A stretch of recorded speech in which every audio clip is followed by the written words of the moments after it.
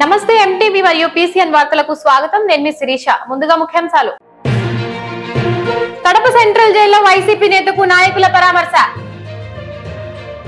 Pending నిర్మాణ పనులు పూర్తి చేయాలి కడప కలెక్టర్. రాష్ట్రంలో అరాచక పాలన కొనసాగుతుంది రవీంద్రనాథ్ రెడ్డి. ఉమ్మడి కడప జిల్లా నీటి సమస్యపై డిప్యూటీ సీఎం చర్చ. రాబోయే రోజుల్లో తీవ్ర పరిణామాలు ఎదుర్కోవాలి అంజాద్ బాషా. కడప కలెక్టర్ కార్యాలయం వద్ద కొబ్బరికాయలు కొడుతూ షర్మిల ఆందోళన.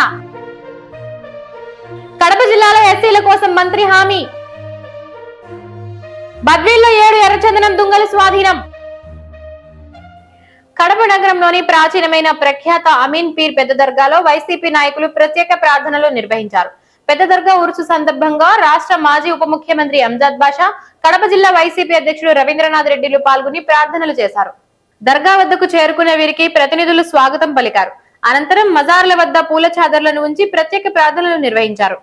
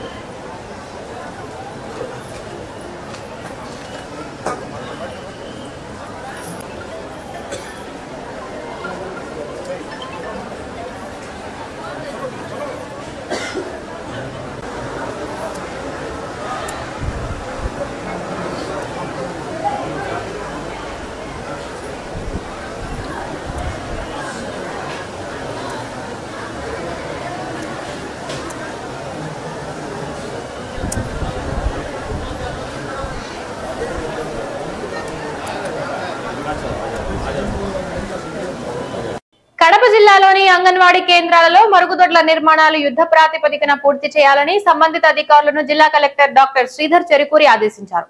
ఐసిడిఎస్, ఆర్డబ్ల్యూఎస్, పబ్లిక్ హెల్త్ శాఖల అధికారులతో సమావేశం జరిగింది.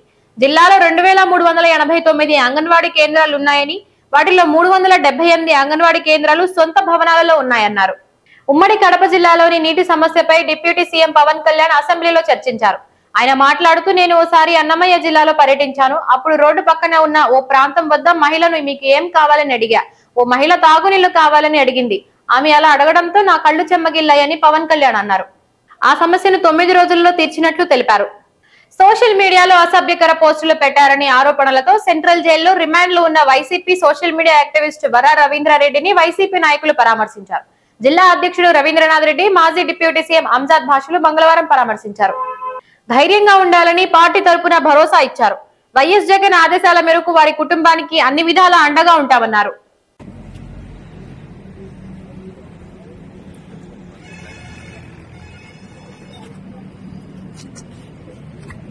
బద్వేల్ మండలం కొంగలవీడు క్రాస్ లో ఎర్రచందనం దుంగలను స్వాధీనం చేసుకున్నట్లు జిల్లా ఫారెస్ట్ అధికారి వినీత్ కుమార్, సబ్ డిఎఫ్ఓ స్వామి వివేకానందలు తెలిపారు.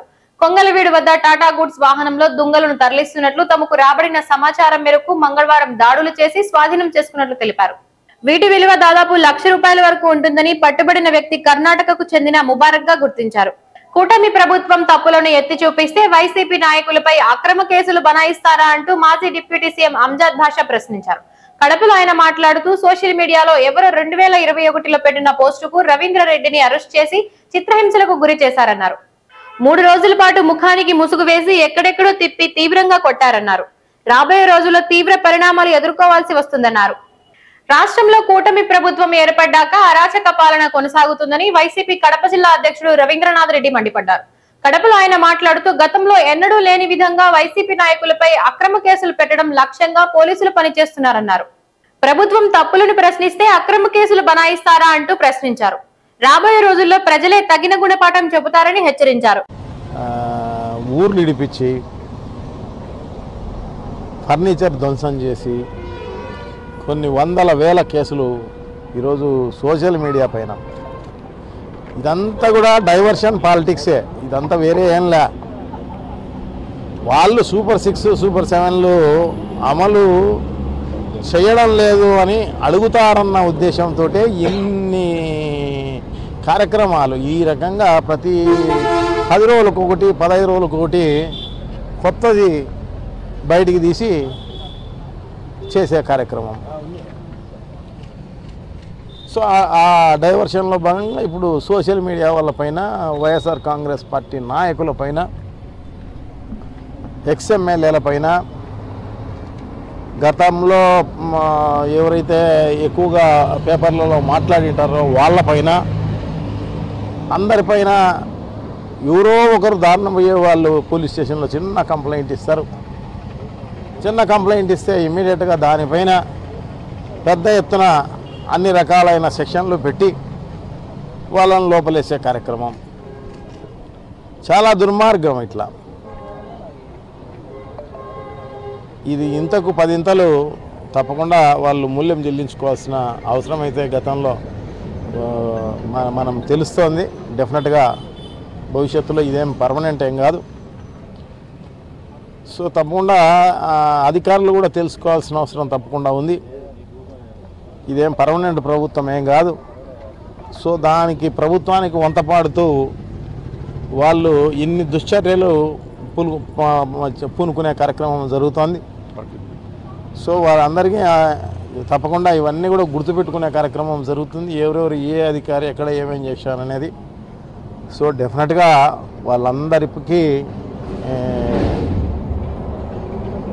ఎందుకంటే జమ్లింగ్ ఇంకా ముందేకే ఎలక్షన్ వచ్చే కార్యక్రమం జరుగుతుంది. 5 ఏళ్ళు కూడా ఉండే పరిస్థితి లేదు. సో ఇటువంటి పరిస్థితుల్లో తప్పకుండా ఇంతకు 10 మూల్యం చెల్లించుకోవాల్సిన అవసరం అయితే తప్పకుండా ఉంటుంది అని చెప్పి తెలియజేసుకుంటున్నాం. సో ఈరోజు ఈ సోషల్ మీడియాలో బాగా యాక్టివ్గా ఉంటున్న వర్రా రవీంద్రారెడ్డి, సో ఆయన ఎప్పుడో 2021లో చిన్న పోస్టింగ్ పెట్టినాడన్న ఉద్దేశంతో ఈరోజు పెద్ద ఎత్తున, అది కూడా షమ్మిలమ్మ గారిపైన ఇంకొకరిపైన పెట్టినారని చెప్పేసి.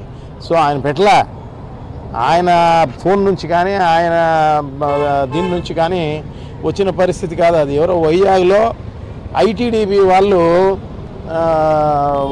పోస్ట్ చేసి వీళ్ళ పేరుతో పోస్ట్ చేసి ఒక ఫేక్ దీని నుంచి చేసి అది వైరల్ చేసే కార్యక్రమం చేయడం జరిగిందన్నమాట. ఎస్సీలను వైసీపీ మోసం చేసిందని కడప ఎమ్మెల్యే మాధవిరెడ్డి ఆరోపించారు. మంగళవారం అసెంబ్లీలో మాట్లాడుతూ ఎస్సీల అభివృద్ధి కోసం 2018లో సబ్సిడీ కింద 25 కోట్లను వెహికల్ కోసం మంజూరు చేస్తే వైసీపీ నాయకుల నిర్లక్ష్యంతో అవి దొంగల పాలయ్యాయన్నారు. వారిని కఠినంగా శిక్షించాలని మంత్రి స్వామిని కోరారు. వాహనాలను పంపిణీ చేసేందుకు కమిటీ నియమిస్తామని, నివేదిక ఆధారంగా చర్యలు తీసుకుంటామని మంత్రి హామీ ఇచ్చారు.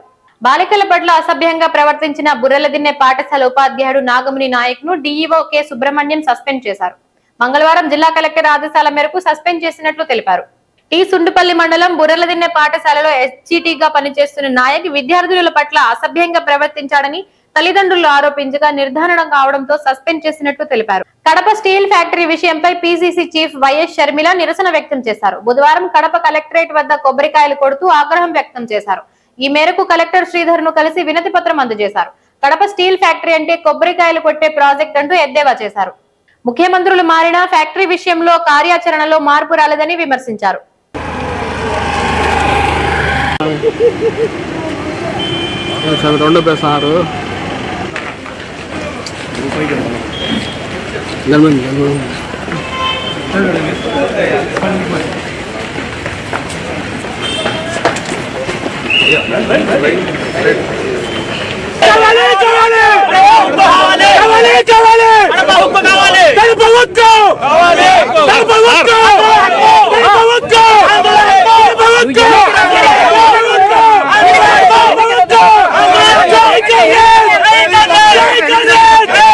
ఈరోజు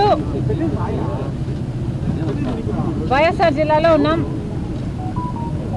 కడప స్టీల్ ఫ్యాక్టరీ ఏమైంది అని గుర్తు చేసే ప్రయత్నం చేస్తున్నాం. కడప స్టీల్ ఫ్యాక్టరీ శంకుస్థాపనల ఫ్యాక్టరీగా మిగిలిపోయింది. చెల్లి పెళ్లి చేయాలి మళ్ళీ మళ్ళీ అన్నట్టు కడప స్టీల్ ఫ్యాక్టరీకి శంకుస్థాపనలు చేయాలి మళ్ళీ మళ్ళీ లాగా తయారైంది. ఈరోజు టెంకాయలు కొట్టే ప్రాజెక్టుగా కడప స్టీల్ ఫ్యాక్టరీ గత పాలకులు తయారు చేశారు. ఇది ఎక్కడి న్యాయమని అడుగుతున్నాం. జగన్మోహన్ రెడ్డి గారైనా వైసీపీ ఎమ్మెల్యేలైనా ఆలోచించుకోవాల్సిన అవసరం ఉంది. చెప్పాల్సింది ఏమిటంటే ఎంపీ అయినా ఎమ్మెల్యే అయినా అవినాష్ రెడ్డి గారైనా జగన్మోహన్ రెడ్డి గారైనా వీళ్ళకి చిత్తశుద్ధి లేదు అని నిరూపణ అయిపోయింది. వైసీపీ పార్టీ 5 సంవత్సరాల అధికారంలో ఉండి కూడా కడప స్టీల్ ఫ్యాక్టరీ కోసం టెంకాయలు కొట్టడం తప్పితే చేసింది ఏమీ లేదు. అంతకుముందు చంద్రబాబు గారు కూడా ఒకసారి టెంకాయ కొట్టారు, చేసింది ఏమీ లేదు. అందుకనే కాంగ్రెస్ పార్టీ ఈరోజు వార్నింగ్ ఇస్తుంది. కడప స్టీల్ ఫ్యాక్టరీ ఈ ప్రాంతానికి చాలా ముఖ్యమైన ఫ్యాక్టరీ. ఈ ప్రాంత అభివృద్ధి కోసం కడప స్టీల్ ఫ్యాక్టరీ రావాల్సిందే. కాబట్టి కాంగ్రెస్ పార్టీ అల్టిమేటం ఇస్తుంది ఈరోజు ప్రభుత్వానికి. కలెక్టర్ గారు కూడా ఇదే చెప్పాము. ఈరోజు కాంగ్రెస్ పార్టీ చాలా సీరియస్గా ఉంది కడప స్టీల్ ఫ్యాక్టరీ రావాలి అన్న విషయంలో. కడప స్టీల్ ఫ్యాక్టరీ రావాలి. మీరు స్పందించకపోతే, ప్రభుత్వం తరపు నుంచి మీరు స్పందించకపోతే చంద్రబాబు గారు గమనించుకోవాలి. కాంగ్రెస్ పార్టీ కడప జిల్లాలో ధర్నాలకు దిగుతాం, దీక్షలకు దిగుతాం, రాస్తా రోకోలు చేస్తాం, ఊరూరికి వెళ్తాం, ప్రతి ఊర్లోనూ చెప్తాం. కడప స్టీల్ ఫ్యాక్టరీ గురించి ప్రజలను చైతన్యపరులను చేస్తాం, ఉద్యమిస్తాం. ఆఖరికి నిరాహార దీక్షకు, ఆమరణ నిరాహార దీక్ష కూర్చోడానికి కూడా మేము సిద్ధం. కేంద్ర ప్రభుత్వ కార్పొరేట్ అనుకూల విధానాలను వ్యతిరేకిస్తూ 13 కేంద్ర కార్మిక సంఘాలు, 500 రైతు సంఘాలు జిల్లా కేంద్రాలలో నవంబర్ 26న దేశవ్యాప్తంగా జరిగే నిరసనను జయప్రదం చేయాలని ఏఐటియుసి నాయకులు పిలుపునిచ్చారు.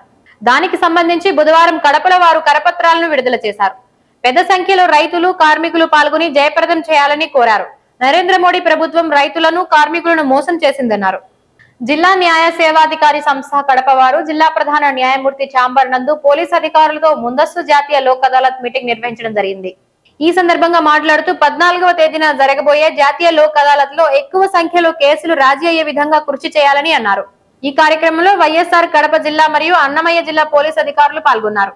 చక్రాయపేట మండలం కె రాజుపల్లి గ్రామంలో బుధవారం ఓ గొర్రెకు 8 కాళ్ల వింత జంతువు జన్మించింది. రసూల్ కు చెందిన గొర్రె ఈ విధంగా జన్మనిచ్చింది. ఈ వింతను చూసేందుకు చుట్టుపక్కల గ్రామాల ప్రజలు వస్తున్నారు. బ్రహ్మం గారు చెప్పినట్లు ఈ వింతలు జరుగుతున్నాయని పలువురు అంటున్నారు. అన్నమయ్య జిల్లా రైల్వే కోడూరు నియోజకవర్గం పుల్లంపేట మండలం పుల్లంపేట పంచాయతీ సర్వే నెంబర్ 280 6 ఎకరాల 20 సెంట్లలో ఖాళీగా ఉన్న చాలా సంవత్సరాలుగా గ్రామ ప్రజలు హిందూ శ్మశాన వాటికగా వాడుకుంటున్నారు. సదరు భూమి గ్రామంనకు దగ్గరగా ఉన్నదని, గతంలో గవర్నమెంట్ వారికి ఆర్థిక సహాయంతో పంచాయతీ వారు ప్రహరీ గోడ కట్టినా ఈ ఖాళీ భూములో కొంతమేరకు ఇతరులకు ఇళ్ల స్థలాలకు కేటాయించినట్లు వార్తలు వస్తున్నందున ఇక్కడ ఉన్న భూములు ప్రభుత్వ వాహనాలు నిర్మించగా రాత్రిపూట గుర్తు తెలియని వ్యక్తులు కొందరు స్వార్థపూరిత ఆలోచన భావంతో దౌర్జన్యంగా శ్మశాన ప్రహరీ గోడను పునాదులతో సహా జేసీబీలతో తోసివేసి భూమి కబ్జాలకు పాల్పడిన వారిపై వెంటనే వారిపై కఠిన చర్యలు తీసుకోవాలని పుల్లంపేట తహసీల్దార్ కు వినతి పత్రం సమర్పించడం జరిగింది. కాంగ్రెస్ పార్టీ రాష్ట్ర ఎస్ఎస్ఎల్ కన్వీనర్, అన్నమయ్య జిల్లా రైల్వే కోడూరు నియోజకవర్గం పుల్లంపేట మండలం పుల్లంపేట పంచాయతీ దాదాపు 50 సంవత్సరాల నుంచి ఇక్కడ 6 ఎకరాల 20 సెంట్లు శ్మశానానికి ఇక్కడుండే ప్రజలంతా దీన్ని శ్మశాన వాటిగా వాడుకోవడం జరిగినది. కానీ నిన్న లేక మొన్న 16వ తేదీ కొందరు తెలియని వ్యక్తులు ఇక్కడికి వచ్చి శ్మశాన గోడ పగలగొట్టి దీన్ని కూడా ఎక్కువ చేయాలని ఉన్నారు. ఖచ్చితంగా ఇలాంటి చర్యలు పాల్పడినాడు వాడు ఎంతటి వాడైనా సరే, అది ఏ పార్టీకి చెందిన వ్యక్తి అయినా సరే కఠినంగా చర్యలు తీసుకోవాలి. ఎందుకంటే మతాలు ఖచ్చితంగా ఉండే ఇది పార్టీలకు సంబంధించిన శ్మశాన వాటిక కాదు. మరణించిన తర్వాత ఏ పార్టీకి చెందిన వ్యక్తి అయినా ఈ శ్మశాన వాటికలోనే పండేయాల్సింది వస్తుంది. ఇది దుర్మార్గమైన చర్య. ఎందుకంటే భూస్వాములు ఏం చేస్తున్నారంటే లక్షల భూములు దోచుకున్నా కూడా సెంటు కాదు 1/2 సెంటు సమాధి పక్కన ఉన్నా కూడా దాన్ని కూడా యాక్వై చేసుకోవాలని ఉన్నారు. ఇది ఖచ్చితంగా వాళ్ళకు ఉసురు తగులుతుంది. ఇది గన ఎంఆర్ఓ గారు కానీ మన పుల్లంపేట ఎస్ఐ కానీ చర్యలు తీసుకొని ఈ దారుణం చేసిన వారిపై కఠిన చర్య తీసుకోకపోతే మేము కాంగ్రెస్ పార్టీ తరఫున ఎంఆర్ఓ ఆఫీస్ దగ్గర కాకుండా స్పాట్లో టెంట్ వేసి ఇక్కడుండే ప్రజలకు శ్మశాన వాటికి న్యాయం జరిగేలా మేము పోరాడతామని మేము కాంగ్రెస్ పార్టీ తరఫున డిమాండ్ చేస్తున్నాం. అన్నమయ్య జిల్లా railway Koduru Congress party incharge, నా పేరు గోసాల దేవి. గతంలో ఇది భూమి శ్మశానానికి ఇచ్చారు. 6 ఎకరాల 20 సెంట్లు ఇచ్చారు. 20 సెంట్లు రోడ్డుకి వెళ్ళిపోయింది. 6 ఎకరాలు ఉండింది. 6 ఎకరాల్లో ఎకరా ముస్లింకి ఇచ్చారు. 5 ఎకరాలు హిందూ అందరికి ఇచ్చారు. కానీ ఇది దౌర్జన్యంగా అర్ధరాత్రి సగోరాత్రికి వచ్చి ఇంత దొంగతనం ఇంత దౌర్జన్యం చేయాలంటే ఇండల్లో శ్మశానాలు చనిపోయిన మనుషులు ఇండల్లో పూడ్చుకుంటారా? ఏందంటే అసలు అన్యాయం అంతే, చాలా దారుణంగా చేస్తున్నారు. అసలు ఏం చేస్తున్నారో మనకి అర్థం కావటంలే. ఏ రాజకీయాలు శాశ్వతాలు కాదు, శాశ్వతాలు కాదు మనుషులకు. కానీ ఎందుకంటే మనం ప్రజలు సేవ చేయాలని వచ్చినాం, కానీ ప్రజలు అన్యాయం చేయాలని రాలేదు మనము.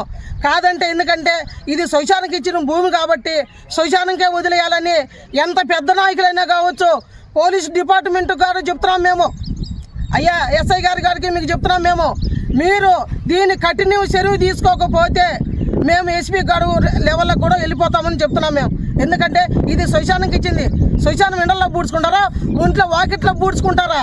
ఎంత దారుణమని అసలు ఇది చెప్పేదానికి కూడా సిగ్గుచేటుకున్నది. అసలు చాలా సిగ్గుచేటు ఇది. కాదంటే మీరు ఎవరు చేశారు, ఎంత పెద్ద నాయకులు కావచ్చు, ఎవరైనా కావచ్చు, మీరు న్యాయం అనేది ఖచ్చితంగా న్యాయం చేసి ఖచ్చితంగా వాళ్ళ మీద కేసులు పెట్టి వాళ్ళని అరెస్ట్ చేయాలని కాంగ్రెస్ పార్టీ తరఫున కోరుతున్నాం. కడప నగర పరిధిలోని ప్రభుత్వ ఆసుపత్రిలో దొంగతనం జరిగింది. మంగళవారం రాత్రి వినయ్ అనే పీజీ వైద్యుడు విధి నిర్వహణ నిమిత్తం తన స్కూటీని పార్కింగ్ చేసి వెళ్లాడు. ఉదయం వచ్చి చూసేసరికి లేకపోవడంతో పోలీసులను ఆశ్రయించాడు. పోలీసులు సీసీ కెమెరా ఆధారంగా చోరీకి గురైనట్లు గుర్తించారు. ఘటనపై దర్యాప్తు చేస్తున్నట్లు తెలిపారు.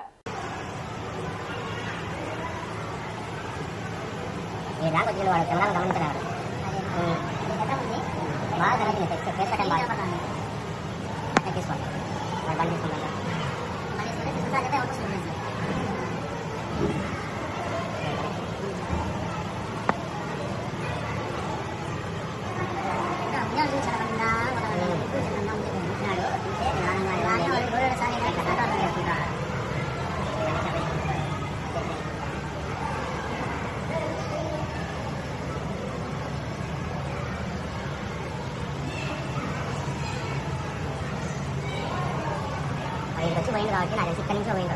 ఇక్కడ నుంచి వేరే తీసుకుంటే లోపలికి వచ్చి చుట్టుకుంటాను. ఇక్కడ నుంచి పోయింది కదా, ఏ వాళ్ళని చూస్తే ఆ వాళ్ళని పట్టుకుంటే తెలుస్తుంది ఏ పేషెంట్ చూస్తాను. ఇక్కడ డ్యూటీ వేసింది, ఎవరు డ్యూటీ వేసినారు? Night duty. నైట్ ఇక్కడ ఎవరు మార్నింగ్ అయితే కష్టం 8 గంటల 6 గంటల మనిషి ఉంటారు. మీరేనా? ఇప్పుడు నేను కాదు, మీ క్యాబ్ సార్ చేసి వచ్చినాను.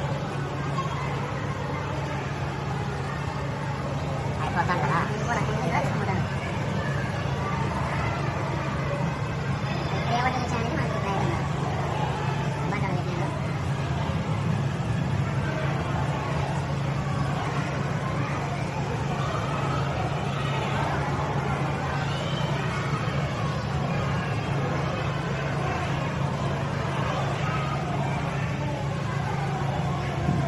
బేగా ఉండాలి లక్షణంగా సార్ బేగా ఉన్నప్పుడు ఏం చేయలేమని ఇంట్లో వేసుకుంటారు అది సార్ వచ్చేసిన వీళ్ళు ఈ వార్తలు ఇంతటితో సమాప్తం. తిరిగి రేపు ప్రసారమయ్యే వార్తల్లో మళ్ళీ కలుద్దాం. అంతవరకు సెలవు.